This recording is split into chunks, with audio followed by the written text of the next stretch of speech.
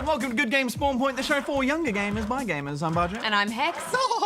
And I'm Darren. You're in a good mood today, Darren. Oh, how could you not be, Hex? It's a special anniversary. What kind of anniversary, Darren? Oh, at this time in 1961, NASA launched Explorer 11 into Earth's orbit to study gamma rays. Oh, yeah, of course. How could I forget? How could you forget, Hex? Oh, silly to forget something like that. Well, coming up on the show this week, we're going to have a look at BattleBlock Theatre, technically advanced cats.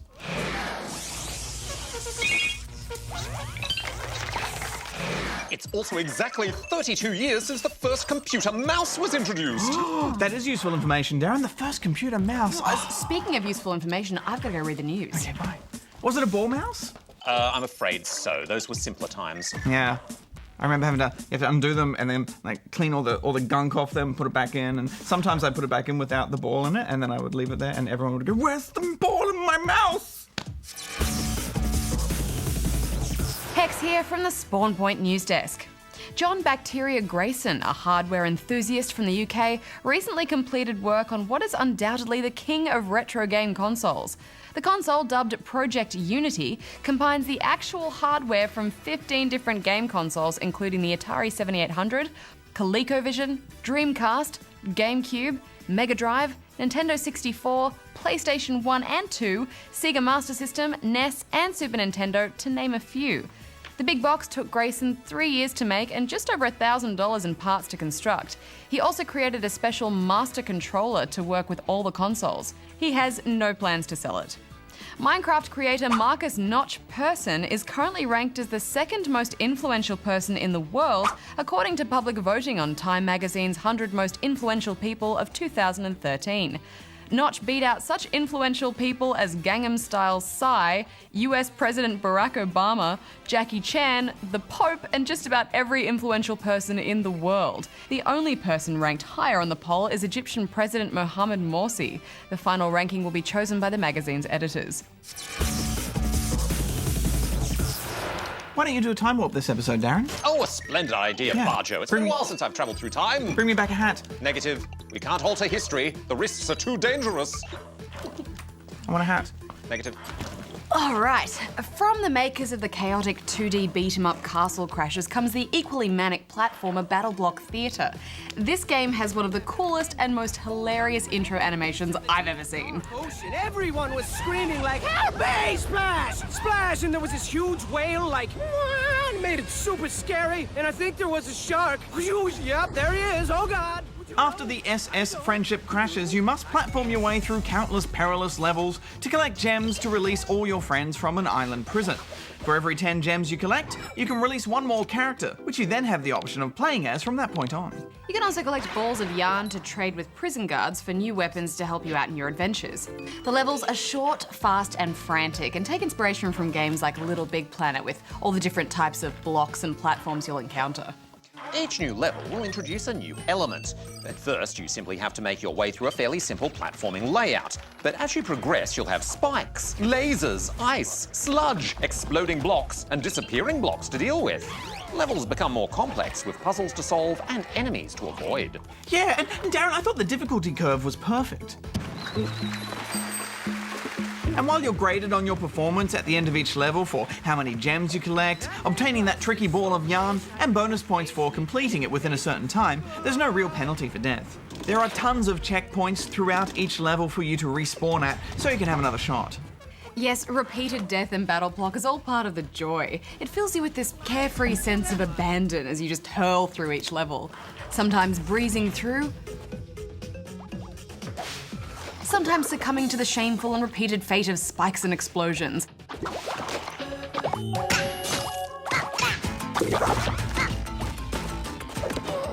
But it's always fun. The trickier puzzles you encounter as the game progresses do affect the pacing a little bit though. You lose that sense of continuous bouncing, free-falling and flying when you stop to fiddle with platforms and lasers. Lasers? Yeah, but it's also a welcome change and adds a new layer of challenge to things, and the levels are easy to replay and they're quite short, so you can improve on your time and maybe scoop up any gems you might have missed. Random bonuses will often come up for grabs too, like the Golden Hat, which, if you manage to keep it on till the end of the stage, will award you with 10 extra gems. That's a whole character that can be released from prison. wonderful art and animation is all very similar to what we saw in Castle Crashers, but it's really allowed to shine this time. There's just a simplicity to everything that allows the humour and the joyfulness of the design to perfectly complement all that rollicking platforming. And the narration is hilarious too, always commenting on your successes and failures.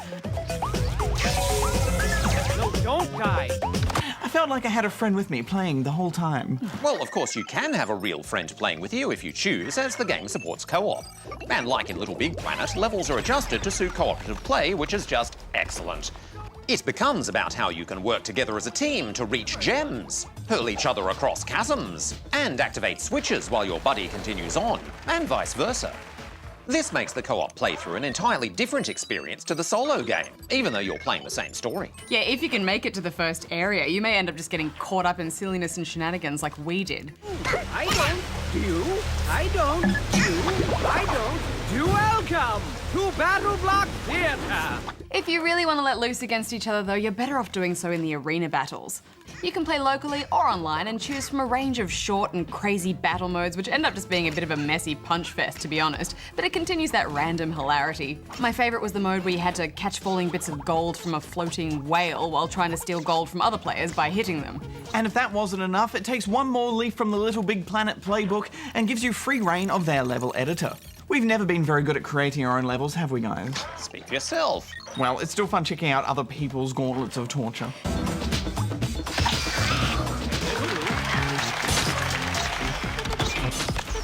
Come on, this is easy. Yeah, you know, taking a creative game like this and then letting gamers create their own experience is such a big tick in my book. You know, I had a huge smile on my face the entire time I was playing this. There's so many laugh out loud moments, not to mention happy shrieks of frustration. You don't even complain about the prison food, which is shocking because that stuff tastes like doo-doo casserole with a side of butt salad. It was a very vocal experience all up. Yes, especially when we played together. All right, I'm gonna throw you ready? All right, go, go, go. 1, go. 2, 3, go! Oh, nice. Oh no, you pushed me into the water! Oh, Bajo, why? Because you smell. You need a shower. You need a bath. Well, Hex, what are you going to give it? I just loved it. I'm giving it 9. I'm going to give it 9 out of 10 as well. Oh, we should go to the Ask Good Game just to answer some questions. Go, go, go! Bye, Darren. Goodbye. Have a good time. Oh, I will. It's time to travel through time on my time warp.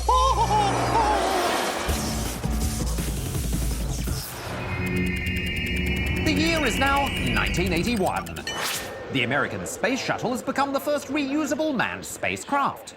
The first IBM PC has gone on sale, heralding a new era of customizable home computers. And Mario has made his debut in his first ever video game, Donkey Kong.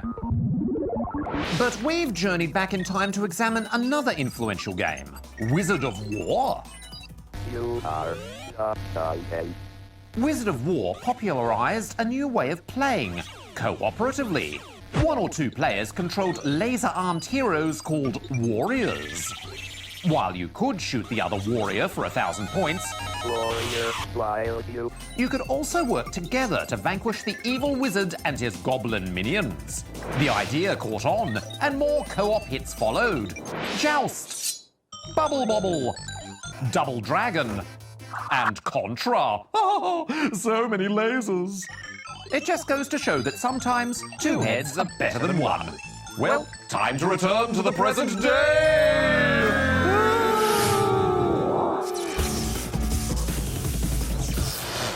Okay, let's crack into some of these questions. First up, we've got this one from Brother Dobby, who is in Bobbingsville, in South Australia. Bobbingsville.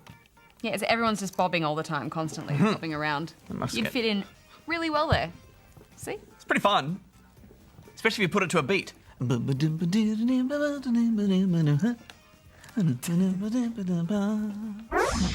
good game. I was just wondering, what was that game that you played a year or 2 ago where you start as an asteroid, then you slowly progress to eventually become a galaxy?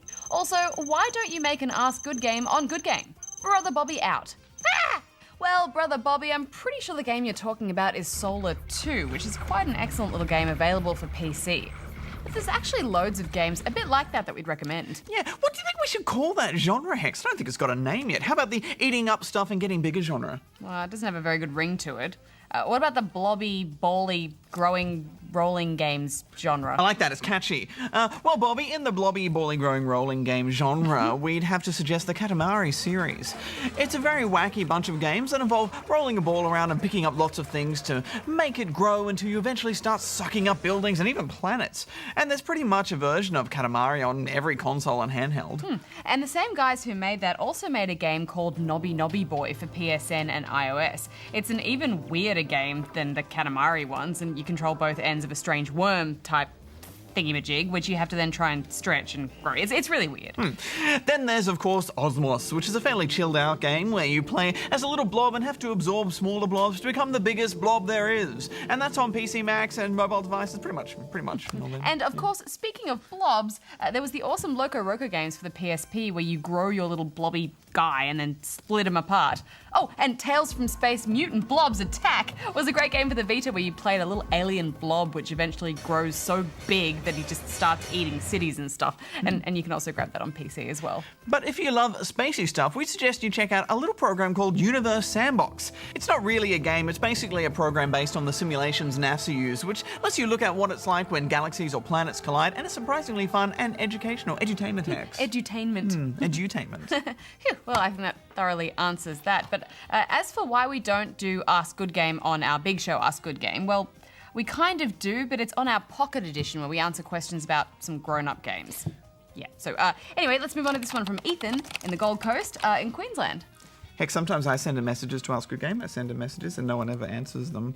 Well, what kind of messages are you sending? I send things like, Barjo's haircut looks awesome, from not Barjo. You do have a pretty good haircut. So bad. I just don't know that we'd really devote time on the show to talking about your hair so much. Maybe we should. This is a serious program. We have Maybe to the talk people want about to know. serious Maybe it's gaming what the issues. viewers want. Okay, well, I'm sure they'll write in if that's the case.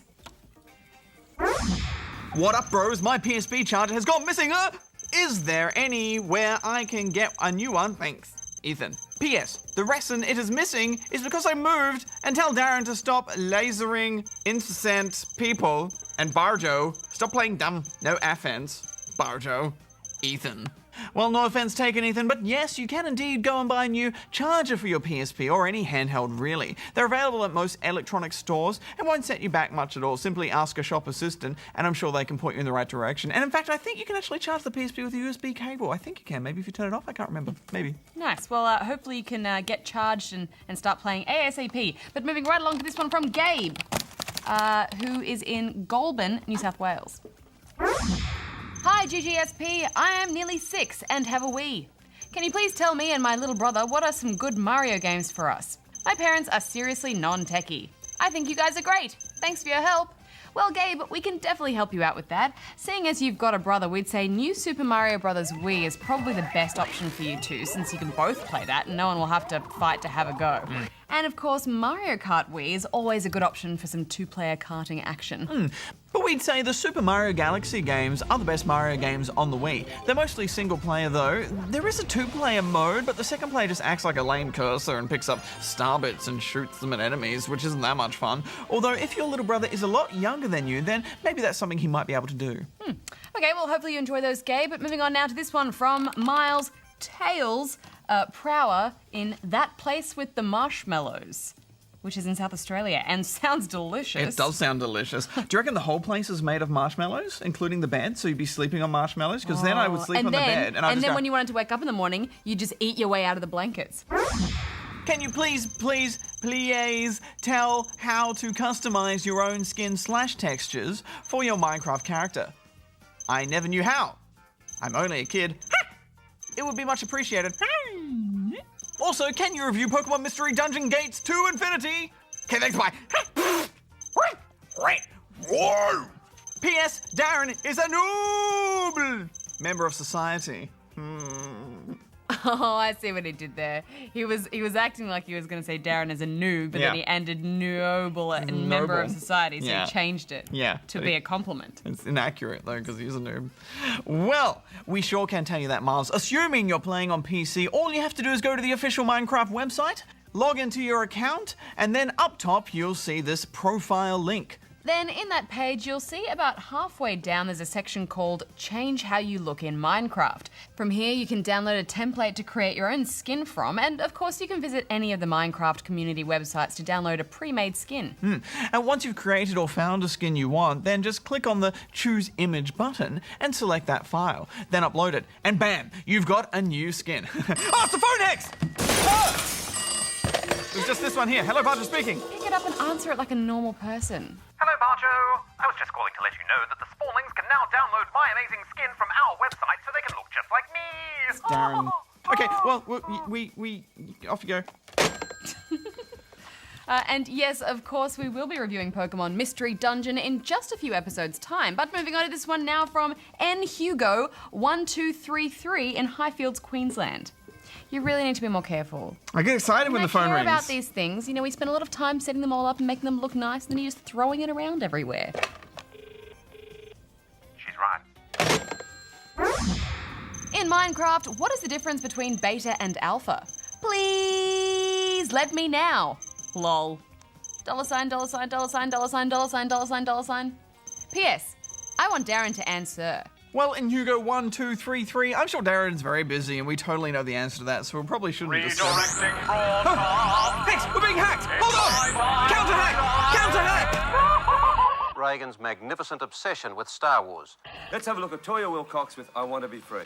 Oh, dear N. Hugo 1233, I'd be delighted to explain the difference between beta and alpha for you. You see, as a game is created, it goes through several stages before it becomes the finely tuned finished product we end up playing. Each game has its own twists and turns during development, but most follow a similar path to completion. The first exciting phase is known as pre-production. Before any work on a game ever begins, an idea or pitch is needed which simply outlines what the game is about and what kind of game it will be. Then the basic elements of the game are outlined in a game design document, which goes into more detail about how it will all work. From that document, a basic prototype is created. These are the bare bones of the game and show extremely early gameplay, usually with very little graphics and often no audio. But prototypes will show enough to get an idea of how the game will play and allow programmers and designers to fine-tune the mechanics and make sure they're fun. Once they're fairly certain the game will be fun, the hard work begins as full production commences. Here, levels are designed, mountains of code are written, graphics are painted, and sounds recorded. As this process goes on, certain milestones of development are reached. The first milestone is often known as the pre-alpha version. This version contains most of the major gameplay elements and should be a good representation of how the finished game will play, although there is still much work to be done. Then comes the alpha. An alpha version is usually feature complete. Most, if not all, major features are in place by now, and the game can usually be played from start to finish, albeit in an unpolished and early form. Certain features at this stage may be dropped or tweaked, and additional graphics, sounds, and code are likely still needed. Next comes the all-important beta version. This is where the game is almost finished. Almost no more additional code should be required, and most major bugs should be squashed, and all graphics and audio should be in place. Many developers are happy to release limited beta versions to the public so that gamers can help test the game and find any remaining bugs, as well as provide feedback about minor changes they might like to see. Almost all work in the beta phase is focused on polishing and fine-tuning the game, because once the beta phase is over, the final game should be complete and ready to ship. So there you have it, N. Hugo 1233. Alpha and beta simply refer to what stage a game is at during its development. Back to you, Bajo and Hex. Good evening. Hello, is that Mr. O'Brien? Sup, Brians? It's Barger here from Good Game, and I'd just like to make a formal ABC complaint about an ABC employee. His name's Darren. He's a robot, and he keeps hacking us, and he keeps taking ages to answer questions. Can you also ask him if I can have a horse and carriage to work every day? And also Hex, who works with me. She's great. She wants a horse and carriage to go to work, and I just want a horse. But I'm not going to ride it. It's just my friend to hang out. Okay. Yep. Thanks. Said no. Do we have time for any more questions, Hex?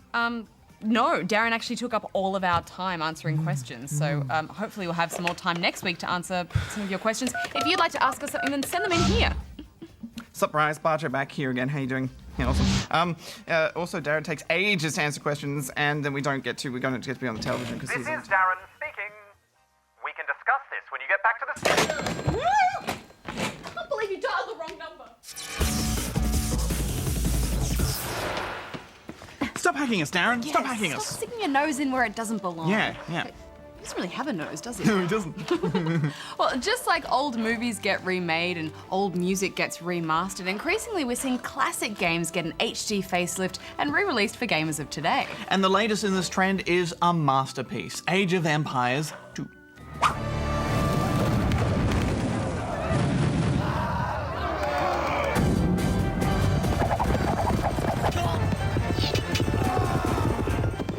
Age of Empires is one of the pillars of the strategy genre, up there with Warcraft and Total War, and it's loved for blending history with easy to approach but difficult to master gameplay. Each player starts with a few villages and a town centre. You have to gather resources as quickly and efficiently as possible in order to build an army to launch an attack on your opponent's town. And of course, other players are doing the exact same thing because that's where the strategy comes in. Age of Empires 2 is known for having that classic rock, paper, scissors formula. Generally speaking, melee infantry beat cavalry, archers beat infantry, and cavalry beats archers, with some variations here and there based on which nation you choose. Ah, Barjo, how often I'd build up my beautiful army of archers only to have them obliterated by a few cavalry. Nay! I'd quite often spend all my resources building a big defensive wall and then suddenly run out of gold and wood and not be able to build anything else. Ah, it's so intense. But let's talk about what's new in this high-def remake. Yes, it's pretty much the same, isn't it? Yeah. The main difference is Steam Workshop support, which allows for a strong modding community. And they've thrown in a few high-res textures such as new water and fire effects. But really, that's just about it. Well, almost. It has brought back a healthy online community again. There's multiplayer available where you can go head-to-head against other players, and playing against a real-life opponent rather than the AI is so much better if you can get a connection. I'm glad the pre-match lobbies return. I love spamming 30 again. Woolaloo. Woolaloo. Woolaloo. Woolaloo. The single-player campaign looks a lot better, and it's good particularly if you have an interest in history. You'll play through the stories of Attila the Hun to Joan of Arc, through a series of scenarios transitioned with small storytelling sequences. I really enjoyed these story parts. They're well made and I just got caught up on them and wanted to keep playing. Tell the spawnlings what you did, Barjo. Well, I may have cheated to get to the next sequence. I helped program those cars, you know. Sure you did, Darren. You know, a few of these scenarios actually sent me on a few wiki walks researching what I'd just played out, which is really cool. There's even an in-game history book, and I think that's one of the compelling parts of the game that make it so much more than, well, just a game. So what are you going to give it, Hex? It's still a classic, isn't it? And I think for new players to Age of Empires, it's a really good way to teach the concepts of RTS. But for veterans who've played some more recent RTS games, they're probably going to find this a little bit dated. So it's a 7 rubber chickens for me. Yeah, look, I enjoyed my nostalgia trip, but it is hard to recommend this over the likes of modern RTS games like Halo Wars or Shogun 2 or even the latest Age of Empires. So I'm going to give it 6 out of 10. Did you know that Halo Wars was developed by the same team who made Age of Empires? Oh, I did not know that, Darren. No. Well, that's all the time we have for this week. What's going on? Oh, I think I've got cheese toasty jammed in my facing positron pub. No, don't struggle, Darren. Just let it pass. Darren, were you making cheese sandwiches the whole time through this episode instead of focusing on the job? Just breathe, Darren, breathe. Well, next week on the show, we have a look at a spicy mix of platforming with guacamole.